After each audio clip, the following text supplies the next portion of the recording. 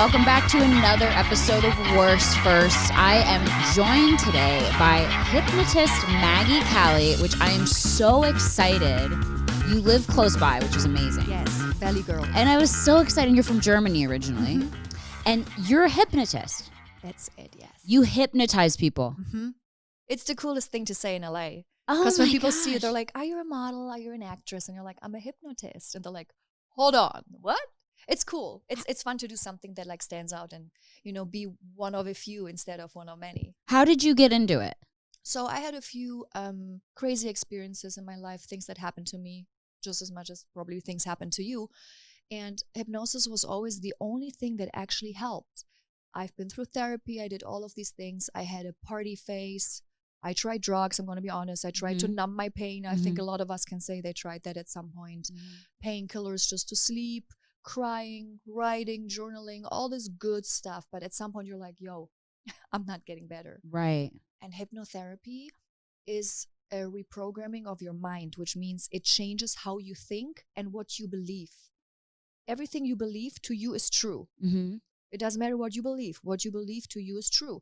So hypnosis can change that. If I now believe my life is terrible, I am sad, I'm not good enough, nobody loves me, every man will leave me, will cheat on me. These are my beliefs, so they're my reality. Mm-hmm. Hypnosis can change them into, I'm freaking hot. Who would ever leave me? Like it's their loss. I know what I have to offer.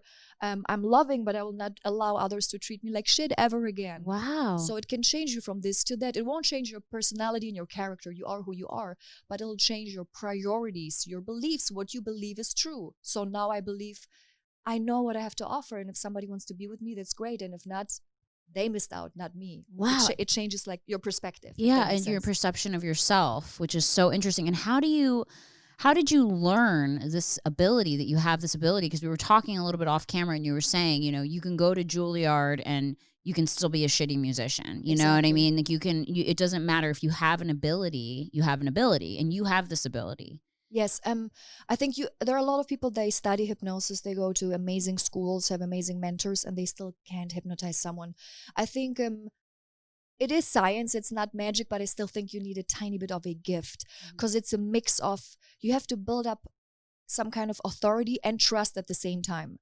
So you need to take me seriously. You need to believe that what I'm telling you actually will work, but you also need some kind of sympathy to me, especially from woman to woman. We sometimes have problems that, you know, are maybe more private, more intimate. You can't just tell anyone and blast out your maybe your sexual life story or whatever happened to you.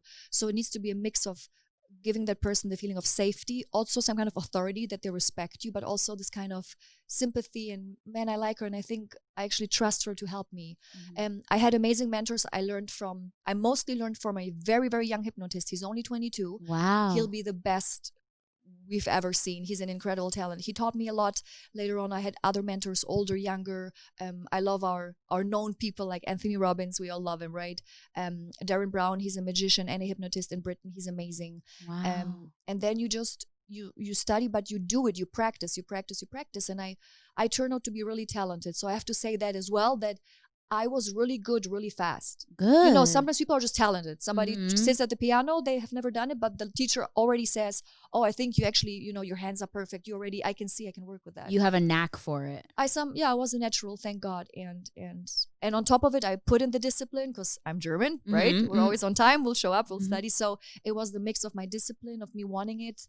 And if you make your money or make your living with helping people, and besides your paycheck, you get messages like, wow, like you changed my life. I can finally breathe. I can finally live.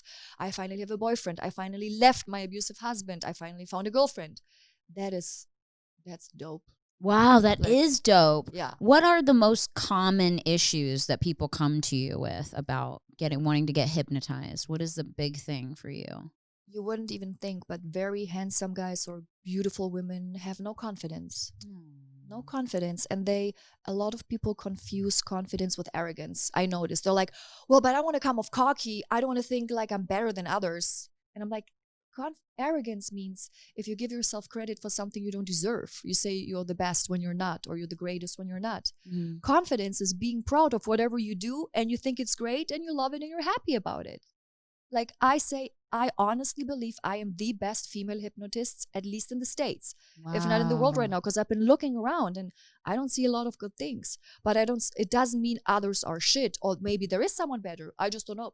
From what I've seen, I think I'm really the best female. That's amazing. But when I say that, I don't come off like I believe I'm better than others. Mm-hmm. I still learn so much, and I'm not saying I'm the best. I say I'm the best in a specific niche. And you're confident in yourself and your abilities. Yes, I am confident, but I also wasn't always. And this young guy from whom I learned so much, who taught me most of the things, he always talks about there's confidence and there's true confidence. So let's say I have confidence and I put on a really sexy short dress and I go out. I'm confident, I'm not ashamed, right? I'm super sexy. But suddenly one person comes up and says, that's a little bit too much. Boom. And now I feel insecure. Now I want to change. Now I want to have a jacket.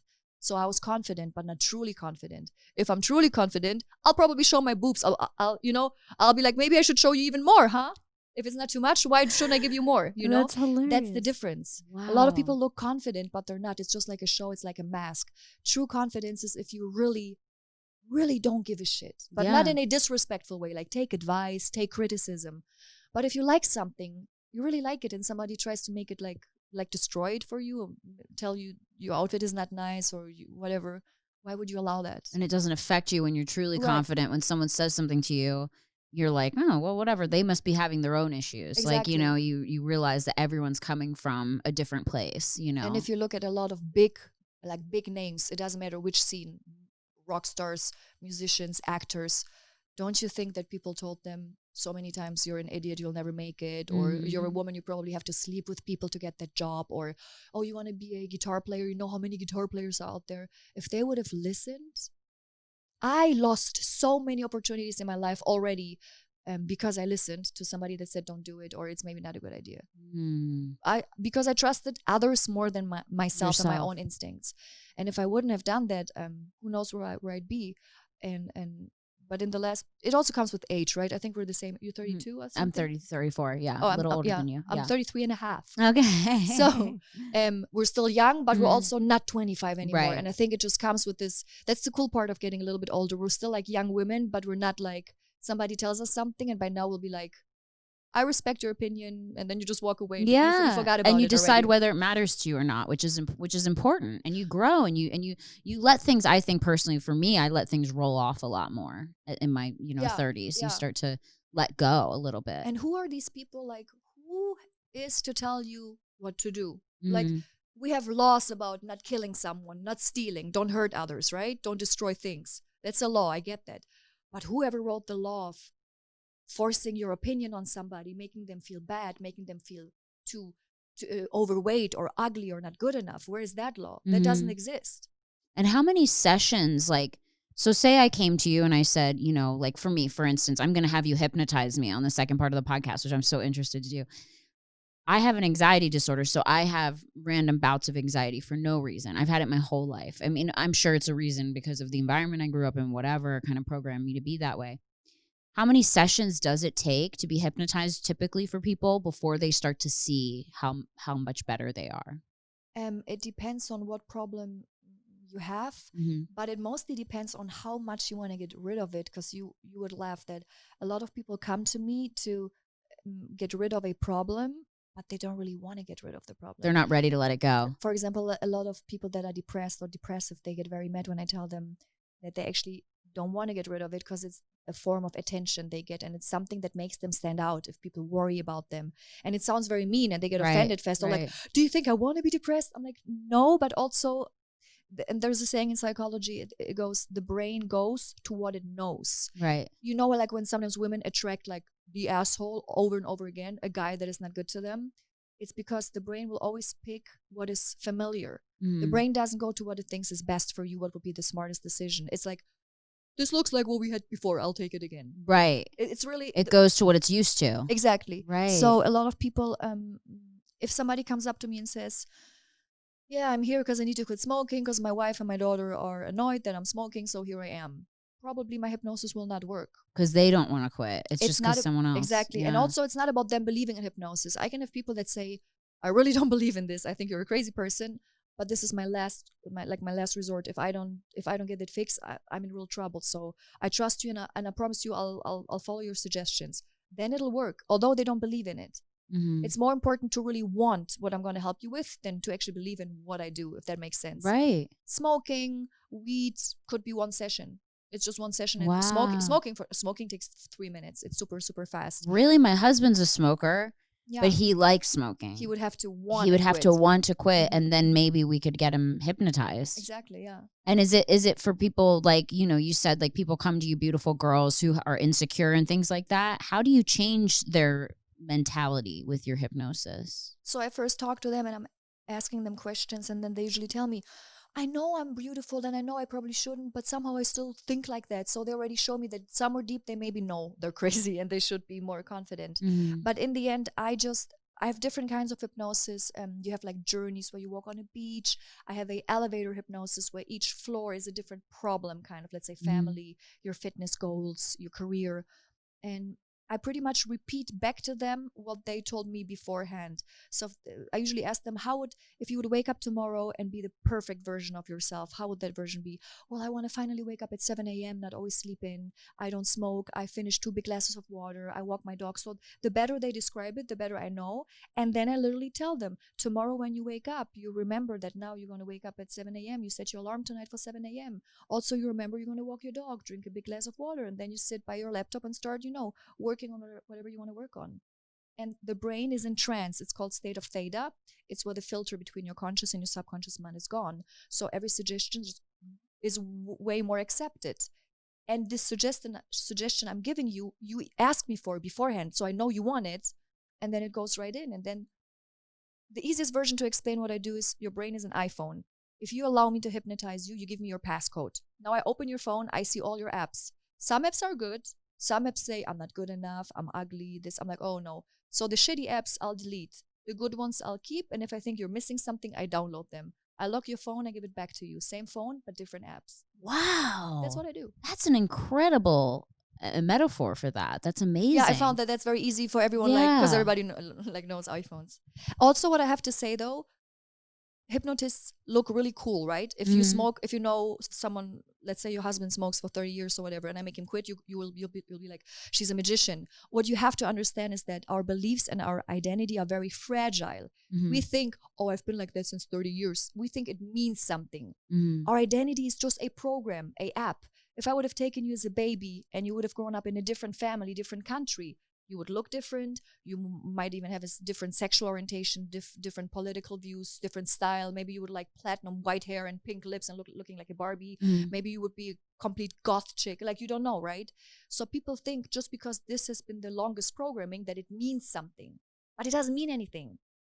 You're able to change it at the drop of a hat. Because just the fact that if you would have grown up differently, you would be different. Different friends, different movies, different, Or if you had a different lifestyle. Exactly. You wouldn't have been, like I'm sure if my husband wasn't a musician and in the whole rock and roll thing, he might not really have been a smoker, because it's like that's what was done. That's what they did. What if he would have grown up in a different family and they would have sent him to be a freaking, I don't know, hockey player, or he would be I don't know, he would teach in school. He would wear glasses and look like all boring with like no tattoos and stuff and just be like, good morning, kids. You don't know. So it doesn't mean anything. This is the version we picked because of our circumstances. Right, environment. But it's not stable. Right. It's just, we have it, and nobody's going to change it, because why should somebody change it? Nobody will come up and change your identity. Right. Hypnosis does. But it's not as big of a deal. You know what I mean? It looks like a big of a deal, but it's not really, because your identity isn't really stable. Right. You believe you're a smoker. You believe you like smoking. If I now make you believe that you hate smoking, you now hate smoking. Wow. That's all it is. But you just have to have that one little bit of passion to truly want change. Yes. You have to want the change, because if you don't want the change, you're not going to make the change. It's all up to you at the end of the day. Hypnosis helps with where your mind isn't strong enough, or where you just like, you want to quit smoking, but or even drugs, you know it's bad for you. You know your family is falling apart. You really want to quit, but you're addicted. Your body's ache, whatever, you need it, right? But I still see you're like, dude, I'll do anything. Make me, but I always like, I can't stop. It'll work. Wow. But if you come because others told you to, or because you think like, oh, let's give it a shot. Right. The more you want it, the crazier are the results. I make people stop stuttering. I can fix anything that Really? is mental, not if it's physical, right? Right. Because if you're sick or if your body has some issues, that's how it is. But anything that is like, I was stuttering a lot after my dad passed away. I was 6 years old. I was a happy child, bubbly, talking even more than I do now. And when my dad passed away, I started to stutter, and not only like I was like, ha. I had like the worst stutter ever. And then the kids made fun of me, and you know how it goes. And then everything went to shit. It was when your dad passed, it Yeah, triggered it was like something. for me to cope with it. It was somehow, Right. maybe I wanted more attention, or there was too much attention on my mom being a widow. Maybe I wanted attention, so I was stuttering. I don't remember it. But I you don't couldn't know. help it. No, of course I couldn't help it. But this is something that hypnosis could fix, for example. How did you get over that? I went to actually through these like teachers and schools that like teach you to speak slowly, and then later on when I got older and I just processed everything better, it went away. Wow. So I don't really think it was because of the schools I went to help me Right. speak. It just went to psychology. You needed to go through psychosomatically. what had Yeah. happened to you that triggered that. So we see a lot of people, they seem like they're like messed up, but they're maybe just this is maybe just a reaction to an action that happened. Mhm. A lot of people it can also happen in a good way. Like I can start stuttering because my dad passed away, but you can start to work out and eat healthy after you have so much weight, and the doctor tells you you don't only have diabetes, you'll be dead next year if you don't quit. So it's the same thing. It's like an impact. Your right? body naturally goes, we got to change it's like something. a trauma. It's like Right. a trauma. Right. And hypnosis allows you to skip that step. With hypnosis, you don't need to wait for your aunt to die in a car accident, so you finally put the seatbelt on. You don't need to be 200 pounds, so you finally, hypnosis allows you to already be there before you get that brutal impact by life. Yeah. Who's the one person, if there is one, who's one person that you would say was the person that you helped the most, someone who was going through something? Like, what was their deal and how did you? There were so many people, but Many people you've helped, obviously. Yeah. I told you this earlier when it comes to like sexual abuse and stuff that happened to men too in their childhood. I didn't know. I knew this is happening, and I know that probably every woman has ever at some point has been maybe sexually assaulted or something, maybe not even noticing it, but right. But I heard stories from clients where I'm like, yo, this can't even be true. Where the whole family would rape them for years. Women, no. my aunt, my mom's mother would, I can't even say this on, To men? To men or to women, to kids when they were kids. When they were kids, I had one woman, and she told me her whole family would rape her for years, and then she would grow up with kids, but then these kids would be a little older, like let's say 13, 14, then the kids would rape her too and do sexual games in America. Yeah. Wow. And she's beautiful. She's a beautiful woman, and that's heartbreaking. And I mean, I heard some stories where like I was like, okay, I can't even believe this. Like, you wouldn't even believe what's happening in the world. Like, and you can't, sometimes it's beautiful families with a beautiful house. You don't have to be in that, shitty house with people that look like they're junkies or whatever. It's beautiful people, beautiful couples with a beautiful golden retriever and a beautiful car. And behind closed curtains, there's it's a dark freaking madhouse. Yeah. Terrible. It goes to show you can't really judge a book by its cover. No. And then, so how do you help someone who has had that kind of trauma? How do you help them get over it? Do you help them forget about it? So they usually have been through therapy and stuff. Therapy is though just talking. It's like we exchange, like it doesn't really change anything. It'll just help you maybe understand better or process, but it won't fix your problem. I had one case where the past was so severe and so brutal that we agreed, it's very difficult, we agreed on giving her a amnesia. Wow. Make her forget. Because the only way to have her live a normal life was to not remember. And then you can even pick if you want to know that I made you forget, or if you want to think you came for something completely So she different. finished getting hypnotized by you. You wiped her memory. But she wanted to know what happened. Like, she wanted to know that it's part of her life. She just... Okay. And when she woke up, she was like, I can't even see their faces right now. Like, it's like, maybe it's going to come back later. She was like... It never came back. Wow. So when you hypnotize people, do they go to sleep? Like... So it's called state of theta. It's a light trance. It's the same state when you watch a movie and you cry because somebody died, you know Matt Damon didn't die. Right. And yet you're crying like, oh my God. Yeah. Or when we watch Saw and they like cut off the legs and stuff, you're like, oh my God. You know it's not true. Right. But you're in theta, so your brain right now doesn't know the difference between reality and imagination. Yeah. Or when you drive home the same route every day and you're like, this traffic light was green, was it? Like when you just like drive home like a zombie. Yeah. That's theta. Or That's interesting.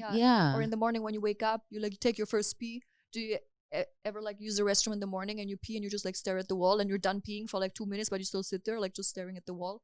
That's all theta. Wow. And kids are in this state constantly between 2 and 9. That's why they learn so much. That's why they are non-judgmental. That's why they're so brutally honest. They'll be like, you're ugly, right? The kid will be like, you're ugly. And you're like, wow, okay, thank you. Because kids are in theta, no filter. Yeah. And then they get older, suddenly they become more ashamed. Like girls start to be ashamed, right? Of their like boobs and stuff. Yeah. School becomes harder. Relationship with parents gets more complicated because now they're out of theta. They're out of this suggestible state. And now they create their own beliefs and ideas, and they start to build an identity. Oh, I like black clothes, or oh, I like punk, or I like jazz, right? That's when they build because they're out of theta. Wow. Are you constantly putting yourself into a state of theta to try to remain open, or do you I'm a really good hypnotist, but I suck at self-hypnosis. Okay. A lot of hypnotists do it. They teach it to others. I know how to teach it, but coaches don't play. Yeah. I help so many people, but my life is like a mess. Oh no.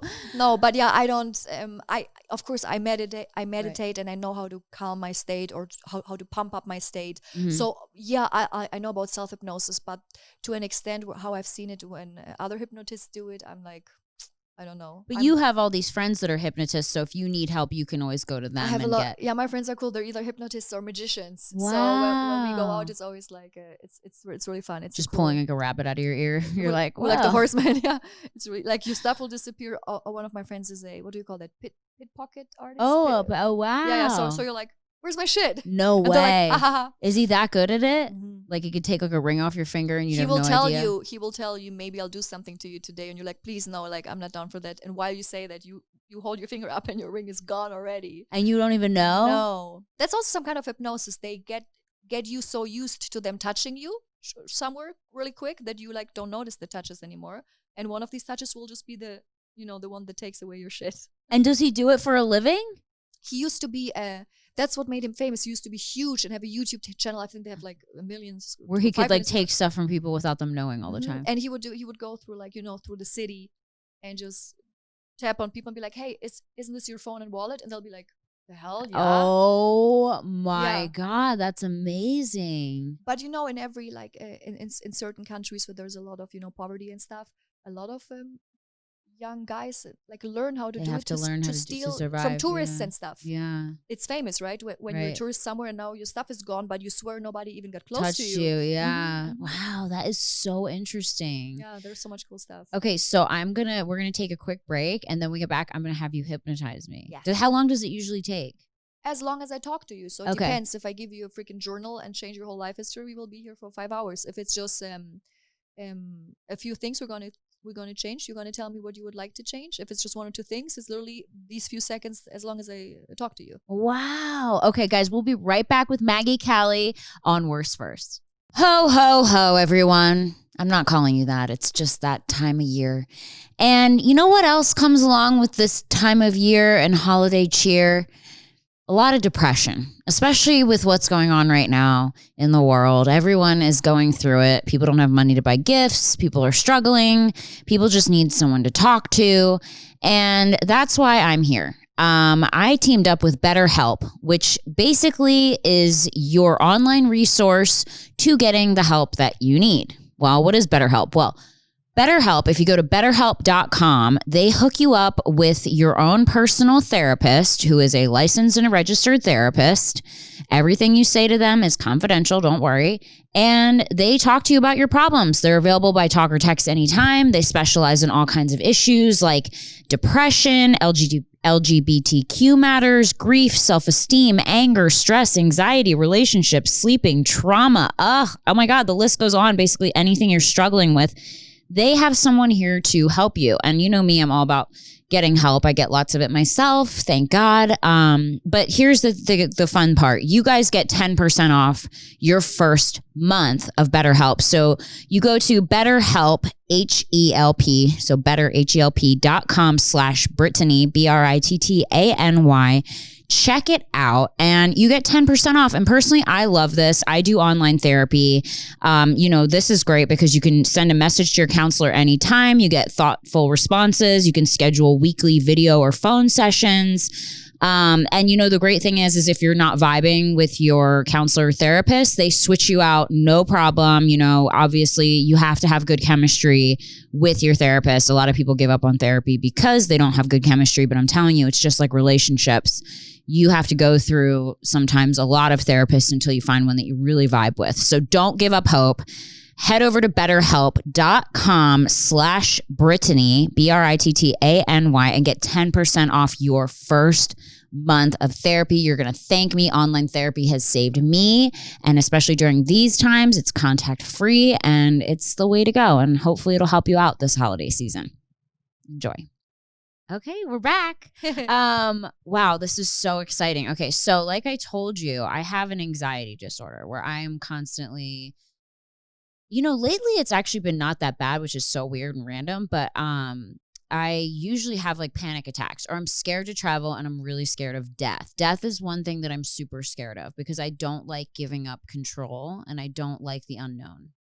And I'm so in love with my life and I love being able to think and do things and eat and get dressed and do makeup and all that stuff. I'm like, I don't want that to ever end. You know what I mean?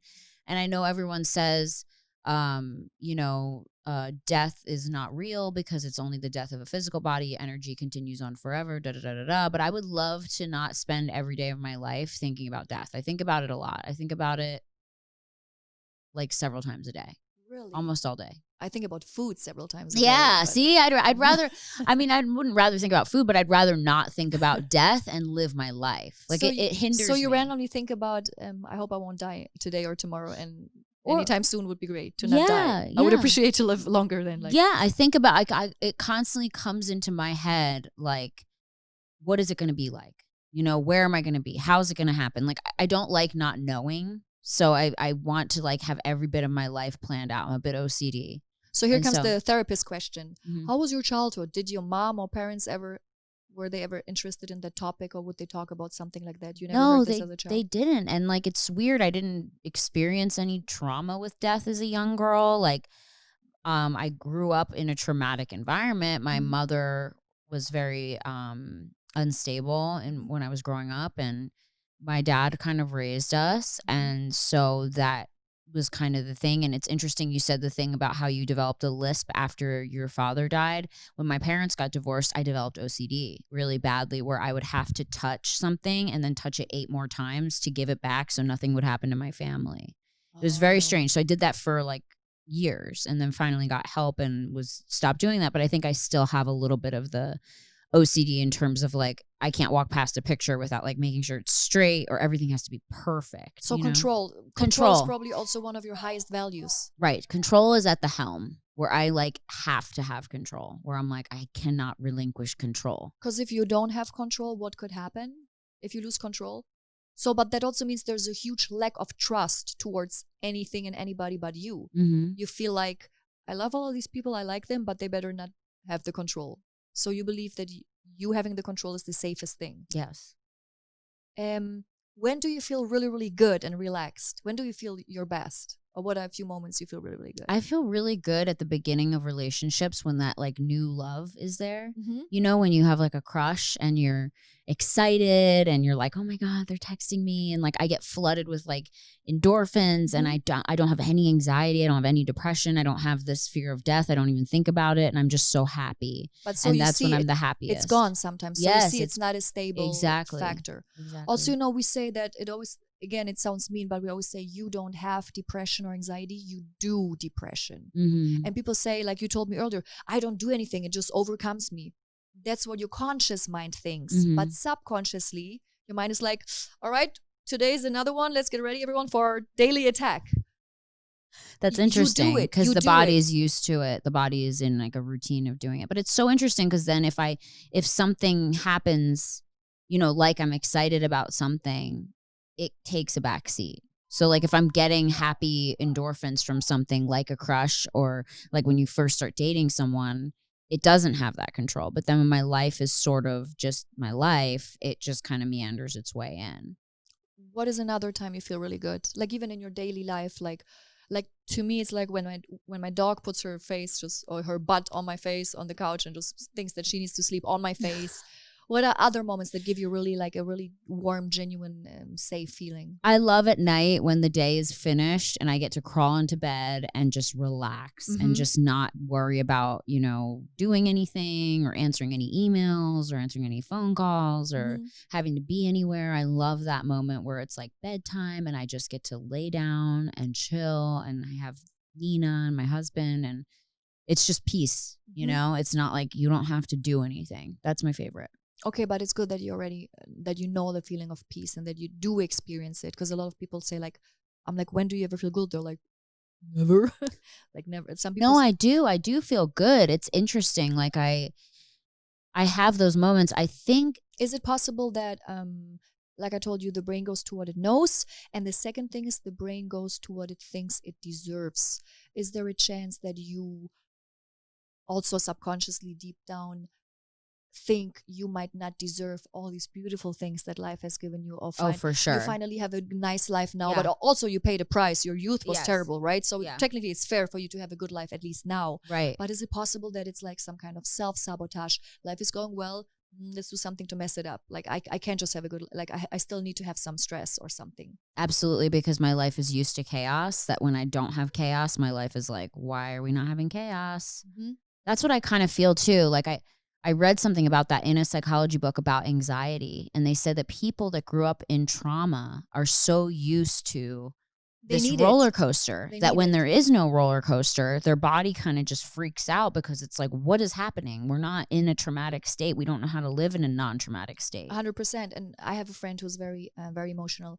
And every time I talk to her about normal, you should date a normal guy. You should normal. She says, but I don't want boring. So to her, what I think is normal, I was in a normal relationship and we had crazy sex and good times. It was not boring, but it was normal.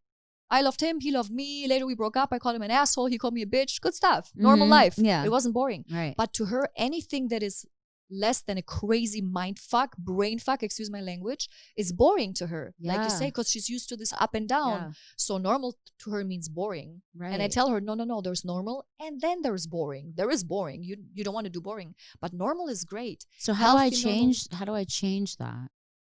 I do it. Okay. Yay. Yeah. But you want to change it. You want to change it. And you have what's important. For example, I can make people drunk through hypnosis or be on shrooms. But what I need in order to do that is for them to have a memory of how it was when they did. Right. That's why I'm asking you when are you happy and stuff, because I want to use your memory and the material you already have when you had it to just, make it stronger and replace the negative with the positive. So if I make someone drunk in hypnosis, I tell them, hey, remember the last time you were really drunk and you were laughing your ass off and you just couldn't walk and stuff. They're like, ugh. And then they open their eyes and they are in that state just through hypnosis, because I just replay the memory. I love that. Our brain is a computer. Remember, we use 23% of our brain, 28. In hypnosis, it goes up to 2 or 3% for a short the brain activity. Wow. But still, it's a joke. Wow. Like, those people that say there are no aliens, there is no that. I'm like, just us. We aren't even using our full potential. Like if us being so intelligent, so smart, writing all this music, making light, making a TV, building planes. If that is all on 20, 25%, what would we do with 50, 75, 100%? Yeah, that's so true. That's when we're aliens, probably. Right, exactly. So it always cracks me up when people are very try to be very rational, like this doesn't exist and we don't know about that. I'm like, just the fact that we know we don't use our full potential. Yeah. And 20% of our potential is already incredible. Who knows how much more there is, Yeah. So don't underestimate your brain and don't underestimate what it can do. And we can do amazing things. People just decide to lose weight and they drop 100 pounds. People just stop drugs. They maybe do a therapy. Some go cold turkey and they do it. They're like, I'm done. Yes, I feel the pain. Yes, I know it would go away, but I'm done. And they don't. Right. So it is possible. And people do incredible things. And I always lived by that rule, and it's really true. If one person could do it, Yeah. so can you. Wow. So That's a fact. how do I like get into it? Do I just what do I do? Do I close my eyes? I'll show you. Yeah, Okay. I'll do it with you. Okay. So I'll take your microphone away. Yeah. Okay. Okay. I'll keep mine. All right. Lean back. You can keep your eyes open for now. Put both feet on the ground. Just be comfortable. Perfect. Lean back. Excuse me, I'm going to hypnotize your mom for a sec, okay? So she's going to give you more treats. Is that okay? Okay. All right. Give me your hands. All right. When I say the word sleep, you're not going to go to sleep, but your eyes are going to close, your body's going to relax, and you're going to go into a nice state of trance. Just listen to my voice and follow my suggestions. Whatever happens, just let it happen. Every trance feels different, and just go with what I'm telling you. Your eyes are already like flickering because you are very suggestible because you're an artist too. Like I'm very suggestible too. That's also important to say that I get hypnotized very fast because I'm suggestible, because I'm very emotional. All right, give me your hand. Turn it around. And I want you to look at the lines in your hand. Look at the lines in your hand, and I want you to notice that your eyelids are getting heavier and heavier.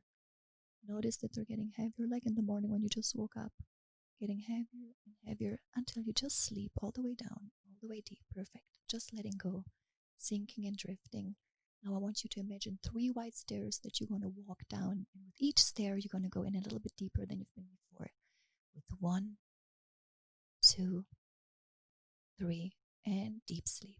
All the way down, all the way deep. Perfect, just like that.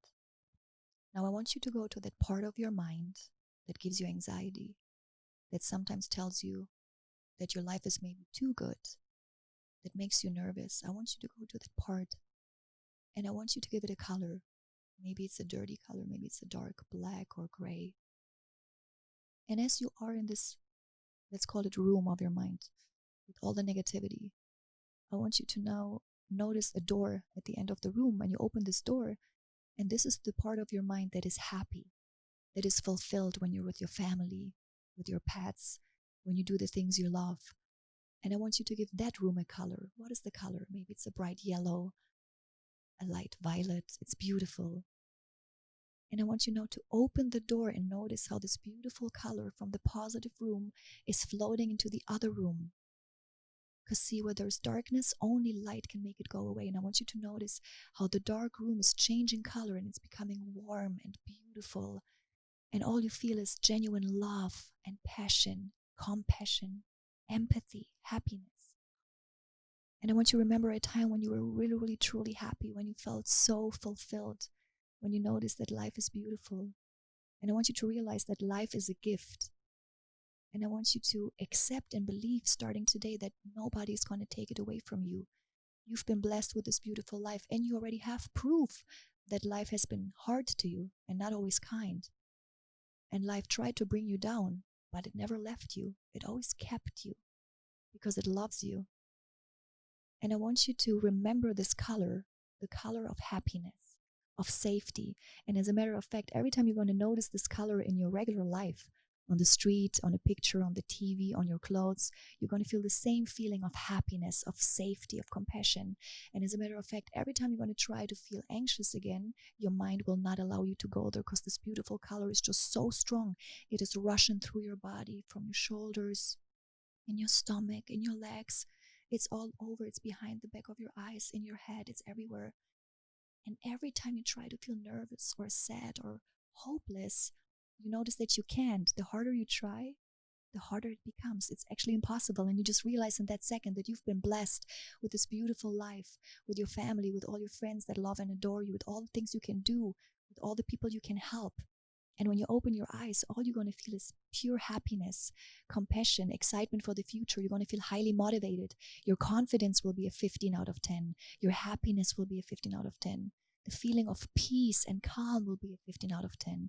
And when you go to bed tonight, you're going to have the deepest sleep you ever had. You're going to sleep so deep and so good. And when you wake up tomorrow, all you're going to feel is energy, motivation, and excitement for life. And you forget to remember to forget the fear of losing this life, because all you know is the excitement to live this life. So as a matter of fact, when you open your eyes, you're going to be happy. You're going to be wide awake, full of energy, and you won't even know why you told me all of this, because all you know now is that you love life and you're excited to live it. With 3, 2, 1, eyes open, back to me, wide awake. Hey. Whoa. God. And all of that with the German accent. That literally, when you first like were talking to me, I felt my body slowly getting like. You went like your breath went slower and you like you synced. Yeah, you sync. Yeah, you did really well. But Oh see, my that's when it works. gosh. Hypnosis is a gift to honest and grateful people that are grateful to receive it. It's not something I do to prove if it works or to people that are like, okay, show me what you got. It's for people that deserve it. You guys, I'm being completely real right now. Look at your eyes. They're like, I know. I feel like I just woke up from like a really deep nap. I forgot I think they said 5 minutes are like 30 minutes of sleep, or 1 minute of hypnosis is like 20 minutes of sleep. I forgot. But I feel very refreshed and I feel very calm.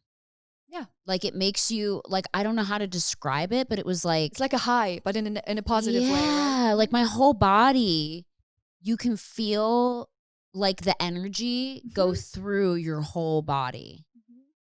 It's so interesting. Yeah, you did amazing. Yeah. Wow. And it's like you were talking to me, but it's like, you know how when you dream? Yeah, you hear half, you don't hear half, but it goes into your back. That's why it's so important if you have your boyfriend or your girlfriend sleep next to you, right? And you're awake. Yeah. Tell them you love them. Tell them all the things, because they're in hypnosis when they sleep. Oh, so that's theta, when they're like theta. sleeping. That's deeper than theta, but still tell them, look at them and tell them, I love you. You know, if you have maybe problems in your relationship, tell them, I will never leave you. Don't be afraid. I love you and you're safe with me and I appreciate you. Do that. I love that. Do it to your kids. Do it to your kids. You know, when parents like caress your head and talk to you as a kid, they do it naturally because it's like a thing. They don't know that they're doing the right thing. Wow. Yeah. That is so powerful. Like, and I'm going to do that. Like, while someone's sleeping, if you want to get through to them, talk to them, you know. My husband's like, be quiet, I'm trying to sleep. I'm like, I'm just trying to tell you that I love you. Wow, that's really that's mind blowing. I was honestly, before you came, I was like not sure because I'd never been hypnotized. And people have told me, you have to try getting hypnotized. It takes you to another place. It's amazing. And I'm so receptive to these things. Thank God. Like, that's a gift. That's a gift. Because, I mean, everybody's suggestible. Even you could go, you know, people say it's mind control. You could go against their will. Like, let's say somebody attacks me. If I have the right moment, I could knock them out with hypnosis, which would really literally look like magic if I have their attention. Right. If they're not giving me their attention, they're doing their thing and trying to maybe grab me or something, I cannot. Right. But if I tell them, hey, can you look at me for a sec? And they'll actually do it, I have them. Wow. And my one of my friends did this. He went to the mall and told people just like, excuse me, can you tell me the time? And they're like, and they look at the watch and he's like, do you notice how the letters blah blah blah blah blah? He's like talking something hypnotic stuff, and they're like going in trance. He wanted to show, because people say, oh, it only works like you guys met before this was planned. We literally just met today. Yeah, we literally did just meet today. And I am like, I'm very open to spirituality. I'm open to therapy. I'm open to everything self-help. And, you know, I think the important thing is that sitting here with you before we even got into it is like saying how much you want change. Yeah. Like you have to physically really in your whole core want change. Like I'm so curious, like when I wake up tomorrow, I'm going to let you know. Yeah, yeah. And I'm going to let everyone know how I feel. Because it was so interesting when you were like, I do remember you saying you're going to sleep really deep tonight. And as you were saying that, I felt myself in my bed, like just sinking into my bed. Yeah, I saw your eyes move, so you saw everything. You did really good. My elevator hypnosis will be amazing for you. We'll do that another time. It takes a little where each floor is like a part of your life where we like make it perfect. But you know what I mean? We make it to, what's the word? The best version it could be. Wow. And so are you practicing right now on Zoom? Because I know this is hard, thank obviously. God. Yeah, it sounds crazy, but it works online. Same, I just tell them what to do. I have a little different induction. If I'm not next to you, you can like tell them to look at a spot, and there are possibilities to do it, and it works amazingly. I have monthly clients. Some are with me since years, 1 or 2 years, and we have a group coach. We offer group coachings. These are cool too. first of all, you pay a little less for people that can't afford one-on-one, and you meet like a cool group of 10 like-minded people, and then one person is an actor, but the other one is a director. They can connect, and it's really cool. Like those, we call it mastermind, like a cool group of people. And people ask me, well, how did COVID affect you? Unfortunately, it makes me very busy, which I don't like, because people see me for depression and losing hope, because they're losing everything because of what's happening. So yes, I'm trying to help them find ways how to get out of this, maybe start a new business, and I try to give them advice. I also coach like sales teams and show people how to sell more, how to sell right. That's more like a business coaching I do as well. But it's a lot of people are like, suicidal rates are really up. It's not just a saying. I have friends, they work in like statistics, and they tell me stuff where I know it's legit, and they say suicidal rates are up. Depression is at a high, domestic violence, all these people that try to escape their household through work or school, they cannot. And I actually wanted to start a project this year, all the plans we had, right? I wanted to go to a school and hypnotize half a class, or like different ages, and hypnotize half the class, and the other one leave them as they are, and for 1 year see the difference. That is so interesting. Hypnotize the kids into, you are not aggressive. You will share what you have with others. You will forgive others. Studies are important. You will not say yes to drugs. I would literally shape them in a way where I think is the best for them. And I wanted to like an experiment. And of course we couldn't do this year. But hopefully have you ever had it go wrong where you were like, oh no, it's always been positive? I never had it go wrong. A few times where changes weren't as big as they were supposed to be, but then later the person said like, I also didn't really try. I wasn't ready to let go of that problem. So they would tell me like, it's really not your fault, because it always works. But as I said, again, you don't need to believe in hypnosis, but I need you to really want what you want to change. That's all I need. You can think I'm a crazy magician lady. I don't care. As long as you really want to fix what you need to fix, that's all I need from you. You really have to want to move on. And it sounds terrible, like the more desperate you are, the more suggestible you are. I had the heartbreak of my life, and I'm very into I can pronounce this word, spirituality. Spirituality. But I'm, for example, not that much into like tarot cards or crystals. But when I had this heartbreak, I did everything. Full moon meditation. Moon water, sound bath. Tarot card says I might get back with him. I was like in hypnosis, like in a suggestible state, because I'm so desperate to fix this pain. So the bigger the pain, the better I can work with you, because you're so like, dude, anything help me, make me healthy. I can't live like this any longer. So I find those people, and then I help them, and it's like a win-win. They need me, I find them, and it works the best. That's amazing. But a lot of artists have hypnotists, and I have a few really, really big celebrity clients that you would never think he needs hypnosis. He has everything. They don't. They still lay in bed and like, is this all?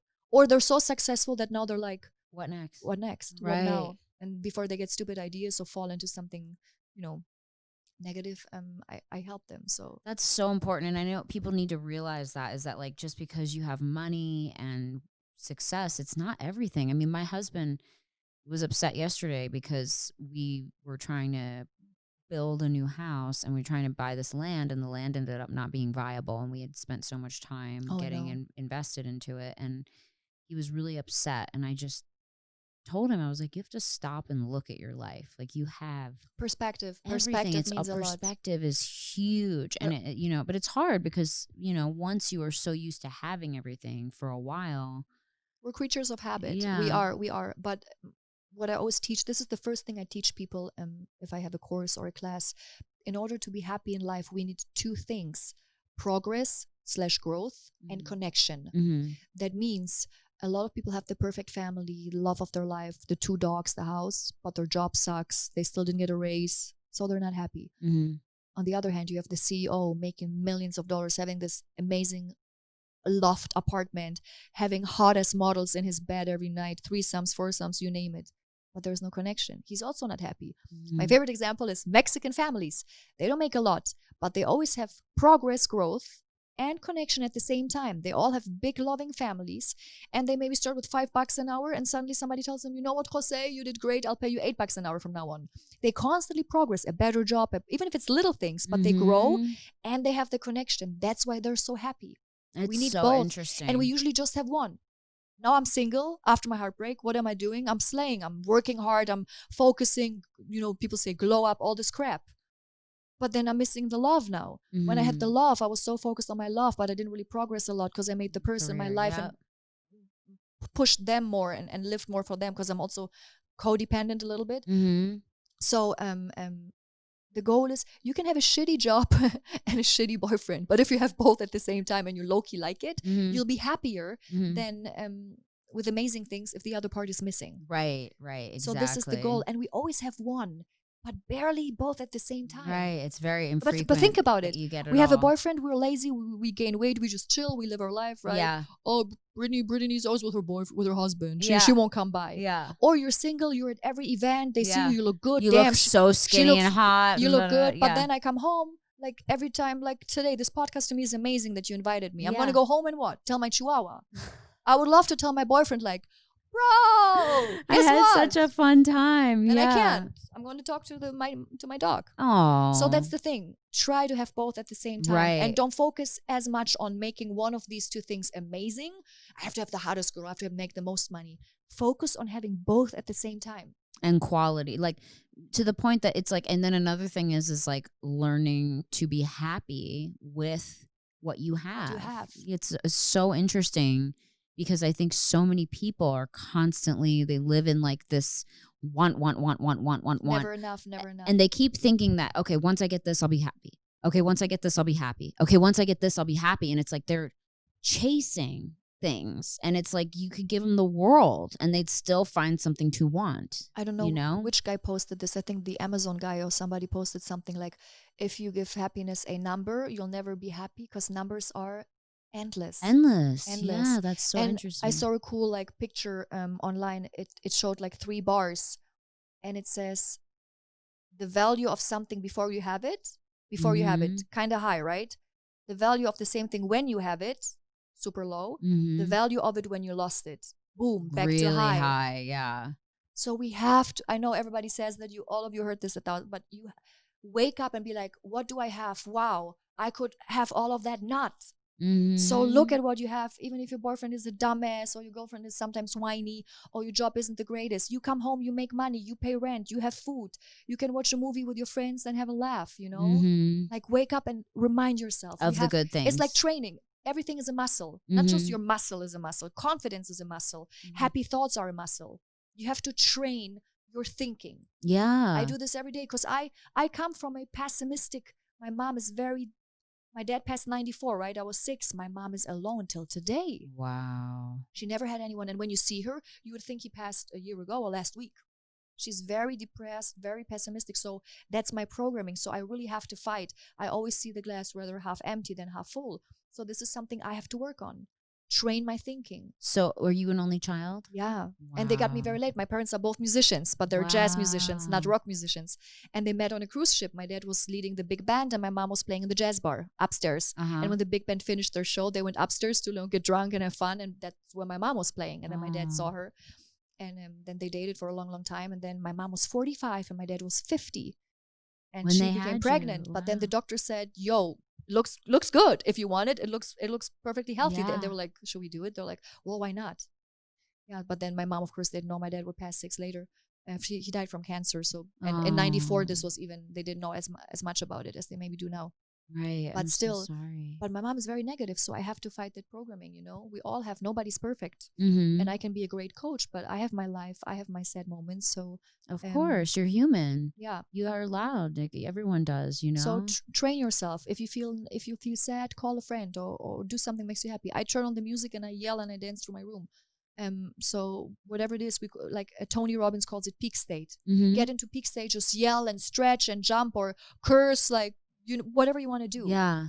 Get yourself, try to get yourself be more out aware, of it. Yeah. That's so aware. interesting. They do say that, like, if you're having an anxiety attack, some people say go for a run. Pattern interrupt. You have to interrupt your pattern. Yeah. Do you know, and it's funny, adults do all that and know about it, but then they don't know it. When a child falls on the floor, what do parents usually do? No, you're not allowed to do that. Right. They are like, oh, it didn't hurt, right? Let's go. Yeah. They like change because when you say like, oh, then the child kid is like, receives, here I go. Yeah. But what you're supposed to do is like, oh, it's okay, let's go. Yeah. And you just interrupt the You're pattern. okay. Yeah. Or Yeah. when my friend is crying, I literally will ask her, do you have a nail file? My nail broke. And she'll be like, yeah, I think so. And then I say something else and she's out of it. Yeah. Like, she's out of it. You take people. Yeah. You take the power out of it. Yeah. Yeah. It's really funny. So interrupt yourself. Like sometimes I sit and I'm like, no, let's go. Yeah. Like you might look like a crazy person, but it doesn't matter. No, that's so cool. I love that. You should be a TED talker. You should have a TED Talk speech. I think that's so amazing. And I'm working on my ex. You're here all by yourself in America. I moved. Or do you? So I lived in Germany and I fell in love with a German guy, but he lived here. And then we've been dating for 1 year. LA, Hamburg. I'm from Hamburg in Germany. And then I moved, and then we married. I moved here for him, and we've been married for 5 years. And then we got divorced 2018. Okay. And but I still stayed. And after that, I had my ex-husband can never hear that the love of my life, the one that broke my heart. And was after your ex-husband. Yeah. Wow. And it was only like 11 months with him. Wow. Isn't it interesting? My ex-husband can never know that he's not as time doesn't matter, does it? That's what I learned. You can have a soul connection with someone in the shortest amount of time. That's what I learned. That was a problem between me and my ex-boyfriend too. I was like, I don't even know you for that long. And he was like, so what? And I was like, my ex-husband I knew for 6 years. Yeah. I gave time a lot of value because my mom does that too. My mom, like a friend that you have for 20 years means more than a friend you have for 2 years. But what if the 20 years friend is an asshole and the 2-year friend is like amazing helping you out, right? So this is what I learned. And since then it's me and my chihuahua. And it's all about connection. 100%. You know, like I've met people who I connect with immediately. And you know that's what it is. And the connection that you have with them can be stronger than a connection you have with someone that you've known for 10 years, you know? And this was my biggest lesson like in the last years that, wow, you and your time, you need to date for a long time. So it means something. You need to know someone. No. If it's your person. It can be so powerful, it's your so person. fast. Yeah. And friendships too. Like I feel connected to you. Like I feel like we can just sit on the floor and watch a movie in socks. You know what I mean? Exactly. So this is something you can't make up. You can fake it and try to make it seem like it is, but you can't make it up. It's there or it's not. Yeah. So yeah, don't judge too early. Don't wait for people to prove themselves to you. If you like them, it doesn't matter if as a friend or as a maybe potential partner. If you like someone, tell them. If you love them, tell them. If you don't like them, tell them. Yeah. Don't be afraid to have someone around that you don't really like anymore, but you don't want to be rude. Tell them, hey, I think at this point, again, doesn't matter, friends or lovers, I feel like we're not really together. Yeah. Like, I still care for you. I wish you the best, but I don't think we should like hang out anymore. Don't be afraid to do that. Right. Life is precious, especially you with the fear you used to have. It's over. Life is precious, so let's not waste it on bullshit. Right. And literally. And it's your life, and time is of the essence. The only thing you cannot buy. Exactly. It is the only thing you cannot buy. Oh, that's powerful. We can't get time back. The moment passed. Isn't that so crazy? Wow. Yeah, that's why it's so important to be in the present, because the future we don't know. The past is over. We can't change it. We can control it. We memorize it, but it's done. All we can kind of control a little bit is now. I can control right now. Let's say it wouldn't be for COVID. I could control now. Do I go to the gym, do something good for my body? Do I go home and eat a fatty pizza instead? Like, I can still now control the close, like the near present. Right. But everything else is out of our hands. But that's the beauty of it. I don't know if I meet someone tomorrow that will get me over my heartbreak. And you might. And that happened to my girlfriend. She had a very, immense love. And she was struggling. She struggled, I think, for 2 years over that. And then she just met a guy doing a movie, and she's like, completely. Once you meet the new person, you completely, all that pain gets washed away. Yeah, it's so interesting. That's why we have to be open-minded to all things the time and go out. I know we feel like being home a lot, but even in lockdown times, right? Yeah, wear your mask, wash your hands. Yeah. Wash your hands, everybody. Yeah. I go into my car, nowhere to go. I just drive and blast my music, have my windows down and stare at people at the traffic light and laugh at them or sing like to them. They're laughing.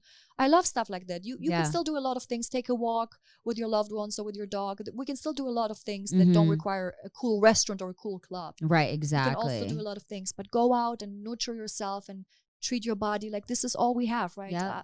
Us. And even if we have a close partner or a husband or even our parents, they're not us. Only us is us. You know what I mean? Only I am me. You can't be me. Right. You can touch me, you can kiss me, you can hug me, but you are not me. But me, I can I know what I really need in the end. Yes, you do. And I think everyone inside of themselves, whether they know it or not, deeply, truly knows what they mean. Yeah. So, love yourself. You have to love yourself.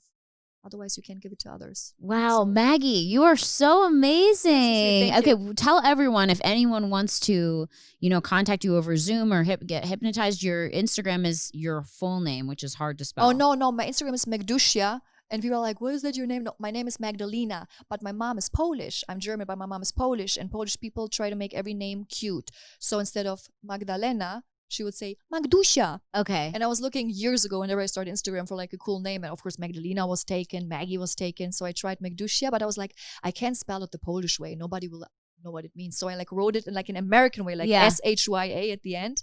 And I just kept it. So I'm going to tag her down below, guys. Just send me a message. Just send her a message. This was very cool. I'm telling you, like the warm, fuzzy feeling that you get when you get hypnotized is very real. But you have to be open to it. I was so ready for her to come and I was ready to try this and we talked about it and it was just something I was really open to and I think it was very cool. I highly recommend you did to people to do it. Like I literally felt myself like a weighted blanket. Like I don't know how to describe it. And then when you come out of it, there's like a buzzing energy going through your body. But this is also proof because I don't do this to you. That's why it's called self-help. I just guide you. You did this to yourself. Yeah. I just helped you with a few words, what to feel, where to go, but you did it. But it's so interesting because your little voice, like in here, especially because of the headphones. Yeah, probably that was a thing. That was like so cool because like hearing your voice. And I guess you can plug headphones into your computer too if you do it on Zoom. We usually do headphones, like the little ones. Because I heard her, but she was like all the way away here in a little voice. Yeah, and I was in another space. Yeah. So cool. Guys, please contact Maggie. Write any questions below you might have for her about hypnosis and make sure to go follow her. And we will see you all. Thank you so much for listening. We'll see you all next week on another episode of Worst.